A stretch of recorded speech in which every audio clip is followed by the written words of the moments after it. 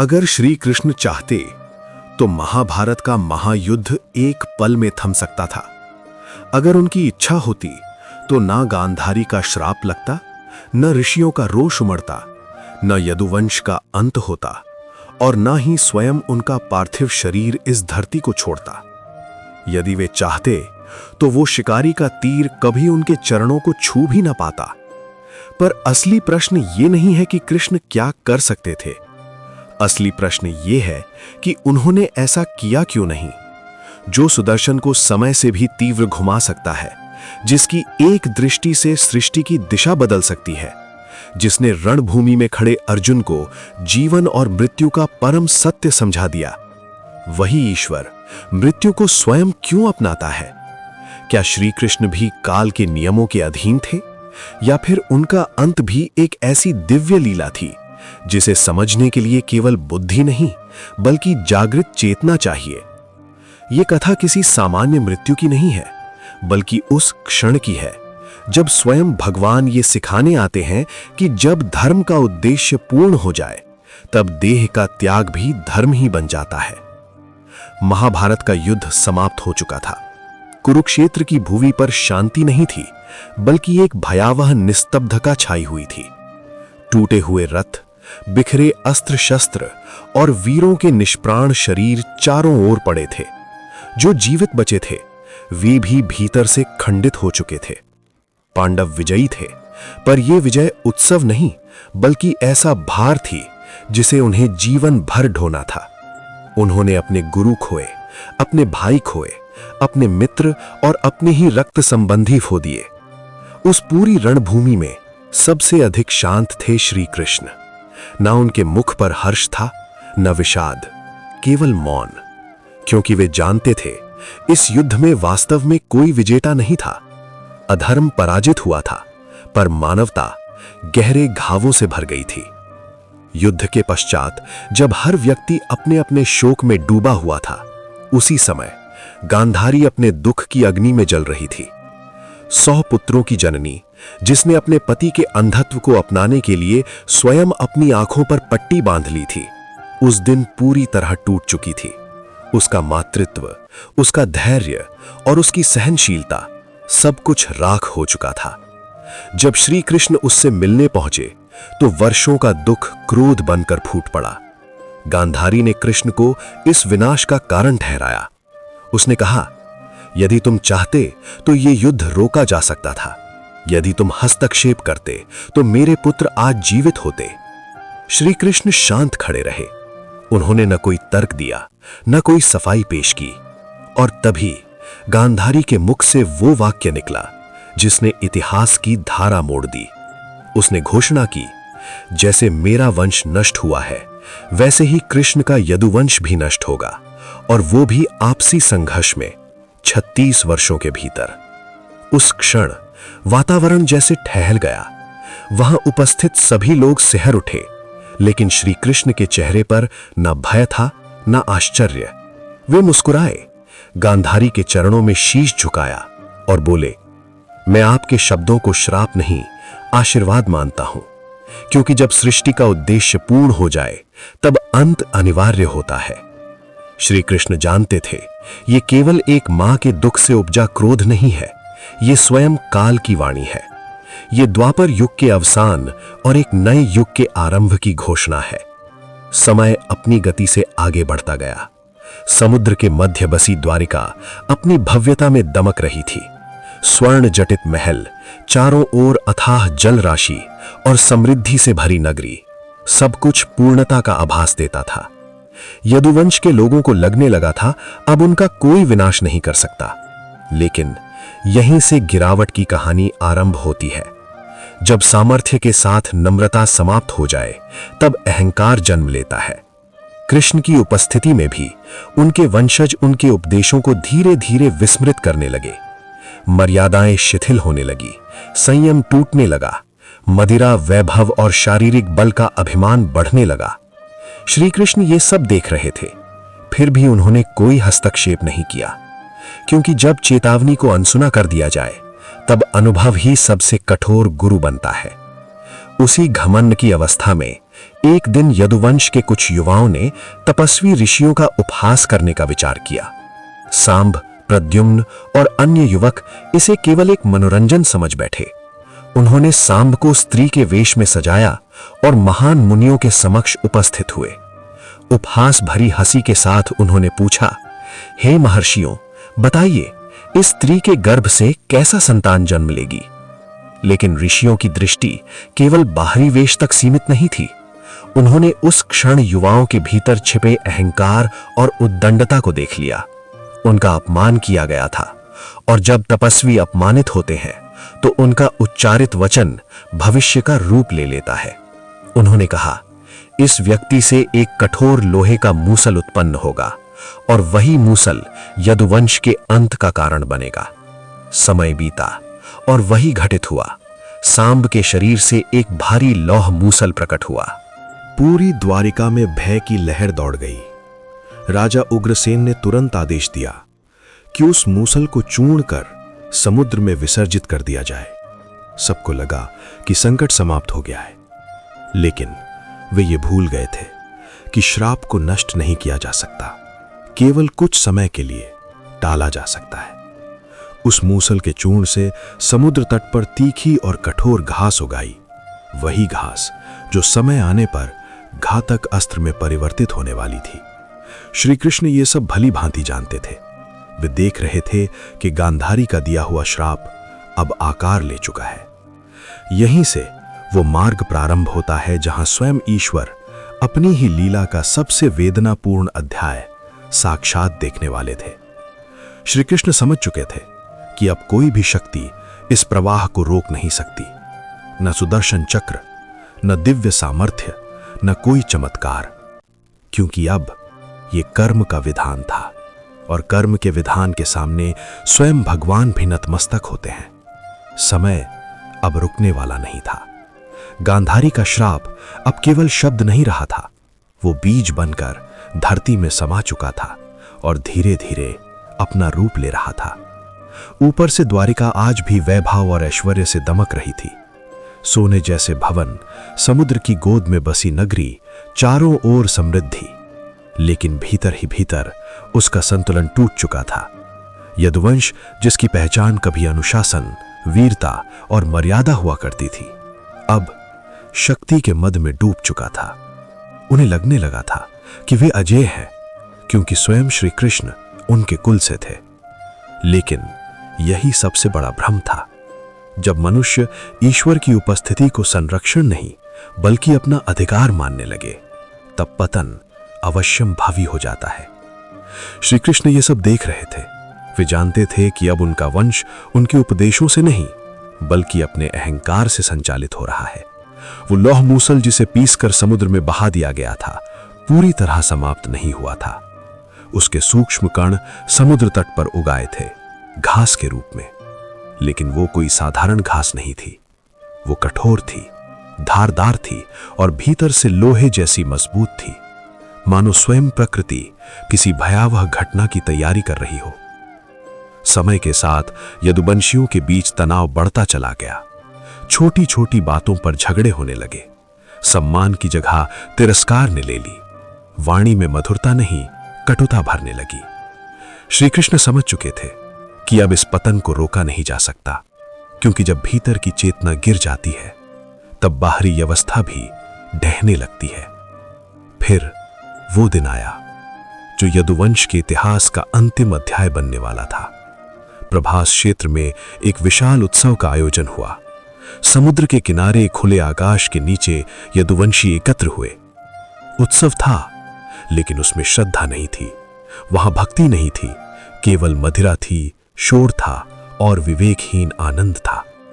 जैसे जैसे मदिरा बहती गई, वैसे वैसे विवेक भी बहता चला गया। जो लोग कभी धर्म और नीति की बात करते थे, वे अब एक दूसरे के अपमान में उतर आए। किसी ने अतीत के घाव कुरेदे, किसी ने परिवार और स्त्रियों का अपमान किया, किसी ने शक्ति को चुनौती दी। शब्द अब संवाद नहीं रहे थे, वे अस्त्र बन चुके थे। तभी समुद्र तट पर उगी वही घास किसी के हाथ लग गई। किसी ने उसे उखाड़ा और क्रोध में दूसरे पर दे मारा। वो घास अब मूसल बन चुकी थी। पहला प्रहार हुआ और रक्त बहने लगा, फिर दूसरा, फिर तीसरा। देखते ही देखते उत्सव रणभूमि में बदल गया। भाई भाई का शत्रु बन गया, पुत्र ने पिता पर हाथ उठा दिया, मित्र एक दूसरे के प्राण लेने लगे। चारों ओर चीखें थीं, रक्त था और मृत्यु का तांडव था। उस पूरे विनाश के बीच श्री कृष्ण खड़े थे, शांत, स्थिर और मौन। उन्होंने किसी को रोका नहीं, क्योंकि ये वही क्षण था जिसकी घोषणा वर्षों पहले हो चुकी थी। यही गांधारी के वचन का अंतिम स्वरूप था। यदुवंश का विनाश किसी बाहरी शत्रु से नहीं, बल्कि स्वयं उसके कर्मों से हो रहा था। एक एक कर सभी योद्धा धरती पर गिरते गए। अंततः जब अंतिम यदुवंशी भी गिर पड़ा, तब समुद्र तट रक्त से लाल हो चुका था। उस समूचे विनाश के बीच केवल एक ही आकृति खड़ी थी, श्री कृष्ण। उनके मुख पर न शोक था न पीड़ा, क्योंकि वे जानते थे ये टाला नहीं जा सकता था। ये अंत नहीं था, ये पूर्णता थी। उसी क्षण उनके अग्रज बलराम मौन होकर समुद्र की ओर बढ़ चले। उन्होंने किसी से विदा नहीं ली और धीरे धीरे जल में विलीन हो गए, मानो कोई महान शक्ति अपने मूल में लौट रही हो। और उनके साथ ही द्वारिका की अद्भुत नगरी भी समुद्र में समाने लगी। भव्य महल, ऊंचे द्वार, विशाल स्तंभ, सब कुछ लहरों में लुप्त हो गया। श्री कृष्ण ने अंतिम बार द्वारिका की ओर देखा। न मोह न विषाद, केवल स्वीकृति। अब वे पूर्णतः अकेले थे। उन्होंने जीवन जिया सम्राट की तरह, निभाया मित्र की तरह, दिखाया मार्ग सारथी बनकर और साधना की योगी की तरह। और अब वे एक तपस्वी की भांति वन की ओर बढ़ चले। घने जंगल में एक पीपल के वृक्ष के नीचे वे शांत बैठ गए। तभी एक शिकारी वहां आया। दूर से उसे केवल एक चमकता हुआ चरण दिखाई दिया। उसने उसे हिरण समझ लिया और बिना विचारे तीर चला दिया। तीर सीधे श्री कृष्ण के चरण में लगा, वही चरण जिनसे पत्थर भी पवित्र हो जाते थे। शिकारी कांप उठा, रोते हुए बोला, मुझे क्षमा करें। श्री कृष्ण मुस्कुराए, भय मत करो, तुमने कोई अपराध नहीं किया, तुम केवल इस कर्म के माध्यम बने हो।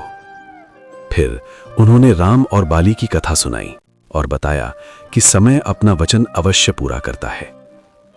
उस पीपल के नीचे श्री कृष्ण ने अपनी अंतिम लीला पूर्ण की। उन्होंने देह का त्याग किया और अनंत में विलीन हो गए।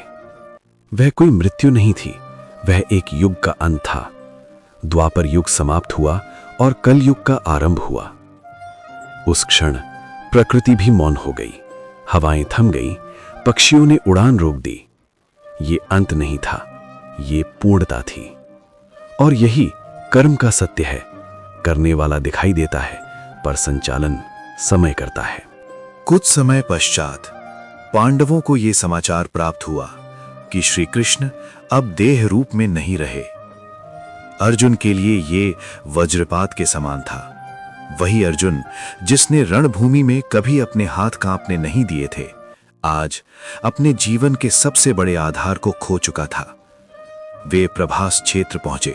जैसे ही उनकी दृष्टि श्री कृष्ण की शांत देह पर पड़ी, आंसू रोक पाना असंभव हो गया। उन्हें लगा जैसे उनका मार्गदर्शक, उनका मित्र, उनका सखा, सब कुछ उनसे दूर हो गया हो। पर भीतर कहीं ये अनुभूति भी थी कि कृष्ण वास्तव में गए नहीं हैं, वे केवल दृश्य से अदृश्य हुए हैं। अंतिम संस्कार की तैयारी हुई, चिता सजाई गई, अग्नि प्रज्वलित की गई। लेकिन जैसे ही अग्नि ने श्री कृष्ण की देह को स्पर्श किया, एक अद्भुत दृश्य प्रकट हुआ। कहा जाता है उनके हृदय से एक दिव्य प्रकाश निकला और आकाश की ओर उठ गया। वो प्रकाश किसी साधारण अग्नि की लौ नहीं था, वो चेतना था, वो संकेत था कि कृष्ण की आत्मा कभी शरीर की सीमाओं में बंधी ही नहीं थी। वो पहले भी अनंत थी और अब भी अनंत में विलीन हो चुकी थी। शरीर भस्म हो गया, पर चेतना अमर रही। उसी क्षण द्वापर युग ने अपनी अंतिम सीमा पार की और कलयुग का आरंभ हुआ। धर्म के चार आधार सत्य, करुणा, तप और दान धीरे धीरे कमजोर पड़ने लगे। कलयुग ये युग तलवारों का नहीं बल्कि मन के भीतर चलने वाले संघर्षों का युग है। यहाँ सबसे घातक अस्त्र लोहे के नहीं बल्कि अहंकार, लालच, द्वेष और असत्य है। श्री कृष्ण ये भली भांति जानते थे, इसलिए उन्होंने भगवद गीता में केवल युद्ध की नीति नहीं बल्कि जीवन जीने की कला सिखाई। उनका संदेश स्पष्ट था, जब बाहरी व्यवस्था धर्म से गिरने लगे तब मनुष्य को अपने भीतर धर्म को जीवित रखना होता है। कृष्ण के दृश्य से विलीन होते ही संसार बदलने लगा। राजसत्ताएं कमजोर हुईं, संबंधों में दरारें पड़ीं, मनुष्य भीतर से टूटने लगा। लेकिन उसी अंधकार के बीच कृष्ण का उपदेश एक दीपक की तरह जलता रहा। गीता अब केवल एक ग्रंथ नहीं रही, वो मनुष्य की अंतरात्मा की आवाज बन गई। जब भी कोई अपने कर्म से भयभीत होता है, जब भी कोई निर्णय के चौराहे पर खड़ा होता है, तब वही स्वर गूंजता है, कर्म करो, फल की चिंता मत करो। यही कृष्ण का वास्तविक अवतार है जो युगों तक जीवित रहने वाला है। बहुतों के मन में ये प्रश्न उठा, यदि कृष्ण स्वयं ईश्वर थे तो उन्होंने अपने ही वंश को विनाश से क्यों नहीं बचाया? उत्तर अत्यंत गहन है। कृष्ण ये दिखाना चाहते थे कि ईश्वर भी अपने ही बनाए नियमों से ऊपर नहीं होता। यदि नियम केवल दूसरों के लिए हों और ईश्वर स्वयं उन्हें तोड़ दे तो धर्म केवल शक्ति का खेल बनकर रह जाएगा। यदुवंश का अंत इस सत्य का प्रमाण था कि चाहे वंश कितना भी शक्तिशाली क्यों ना हो, यदि वो अहंकार में डूब जाए तो उसका पतन निश्चित है। कृष्ण ने अपने ही कुल को उदाहरण बनाकर ये सिद्ध किया कि धर्म में कोई पक्षपात नहीं होता। गांधारी का श्राप केवल क्रोध नहीं था, वो न्याय की पुकार थी। कृष्ण ने उसे स्वीकार किया क्योंकि जिस माता ने 100 पुत्र खोए हों, उसके दुख को टाल देना स्वयं अधर्म होता। इसलिए उन्होंने ना उसे रोका ना बदला, उन्होंने समय को अपना कार्य करने दिया। यही कारण है कि कृष्ण की देह त्याग की कथा ये नहीं सिखाती कि ईश्वर भी मर जाता है, बल्कि ये सिखाती है कि जब उद्देश्य पूर्ण हो जाए तो आसक्ति छोड़ देना ही परम योग है। आज भी लोग पूछते हैं कि कृष्ण कहाँ है? कोई कहता है वे बैकुंठ में हैं, कोई कहता है वे वृंदावन में हैं, कोई कहता है वे गीता में है। लेकिन सत्य ये है, कृष्ण वहां है जहां कर्म है। जहां कोई निष्काम भाव से अपना कर्तव्य निभाता है, वहां कृष्ण उपस्थित होते हैं। जहां कोई अन्याय के सामने निर्भय खड़ा होता है, वहां कृष्ण मुस्कुराते हैं। जहां कोई मोह को त्याग कर सत्य को चुनता है, वहां कृष्ण जीवित हो उठते हैं। कृष्ण की कथा हमें यह भी सिखाती है कि जीवन केवल पाने का नाम नहीं है, त्याग भी उतना ही आवश्यक है। उन्होंने छोड़ा मित्र, परिवार, नगर और अंत में स्वयं देह भी। यही उनका अंतिम त्याग था और यही सबसे बड़ा उपदेश भी, क्योंकि जो छोड़ना सीख लेता है वही वास्तव में मुक्त होता है। कृष्ण मुक्त थे, इसलिए वे मुस्कुराते हुए देह का त्याग कर सके। और कलयुग में जब मनुष्य ये महसूस करता है कि सब कुछ समाप्त हो चुका है, तब उसे कृष्ण को स्मरण करना चाहिए, क्योंकि कृष्ण का जीवन स्वयं इस सत्य का प्रमाण है कि जिसे हम अंत कहते हैं वो वास्तव में अंत नहीं होता। हर अंत एक नए आरंभ का द्वार खोलता है। द्वापर युग समाप्त हुआ पर चेतना नहीं, देह नष्ट हुई पर विचार अमर रहे, लीला समाप्त हुई पर संदेश कालातीत बन गया। शायद यही कारण है कि आज भी जब किसी के कानों में बांसुरी की धुन पड़ती है तो मन अनायास शांत हो जाता है, और जब कोई जीवन के युद्ध में उलझकर गीता के पन्ने खोलता है तो उसे अपने मार्ग की झलक मिल जाती है। और जब कोई स्वयं को अकेला महसूस करता है तो उसे लगता है जैसे कोई अदृश्य सखा उसके साथ खड़ा है। वही सखा कृष्ण है। वे कभी समाप्त नहीं हुए, वे केवल दृश्य से अदृश्य हुए हैं। यही श्री कृष्ण की देह लीला का सबसे बड़ा रहस्य है। कुछ लोग कहते हैं कि कलयुग में धर्म कमजोर हो गया है, लेकिन सत्य ये है, धर्म कभी कमजोर नहीं होता, केवल उसे निभाने वाले लोग कम हो जाते हैं। कृष्ण ने गीता में जो कहा था वो केवल अर्जुन के लिए नहीं था, वो हर उस व्यक्ति के लिए था जो जीवन के किसी मोड़ पर खड़ा होकर सही और गलत के बीच उलझ जाता है। आज का मनुष्य युद्ध भूमि में नहीं खड़ा, लेकिन उसके भीतर हर दिन एक युद्ध चल रहा है, सत्य और असत्य का, धैर्य और क्रोध का, कर्तव्य और मोह का, और यही वास्तविक कुरुक्षेत्र है। कृष्ण ने हमें शस्त्र नहीं दिए, उन्होंने हमें बुद्धि दी। उन्होंने हमें यह सिखाया कि जीत बाहरी नहीं, भीतरी होती है।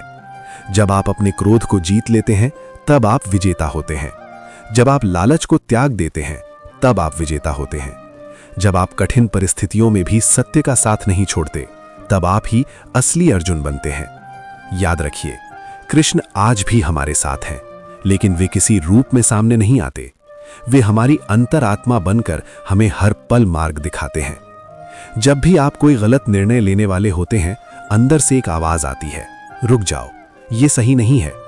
वही आवाज कृष्ण है।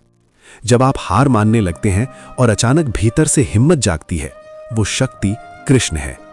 और जब आप बिना किसी स्वार्थ के किसी की मदद करते हैं, वो भाव कृष्ण है। इसलिए कृष्ण को बाहर मत खोजिए, उन्हें अपने भीतर महसूस कीजिए, क्योंकि कृष्ण कोई व्यक्ति नहीं, एक चेतना है जो हर युग में, हर हृदय में जीवित रहती है। और शायद यही कारण है कि हजारों वर्षों बाद भी जब हम जय श्री कृष्ण कहते हैं तो हमारे भीतर एक अद्भुत शांति उत्पन्न होती है। ये शांति किसी शब्द की नहीं, बल्कि उस चेतना की है जो कभी समाप्त नहीं होती। तो मित्रों, अगर इस कथा ने आपके हृदय को स्पर्श किया हो, अगर आपको भी ये महसूस हुआ हो कि कृष्ण आज भी हमारे साथ हैं, तो कमेंट में लिखें जय श्री कृष्ण और इस वीडियो को लाइक करें ताकि ये संदेश अधिक से अधिक लोगों तक पहुंचे। ऐसी ही रहस्यमयी, आध्यात्मिक और जीवन बदल देने वाली कथाओं के लिए हमारे चैनल SPA मोटिवेशनल वर्ल्ड्स को सब्सक्राइब करना ना भूलें, क्योंकि यहाँ हम केवल कहानियां नहीं सुनाते, हम आपको आपके भीतर के सत्य से जोड़ते हैं।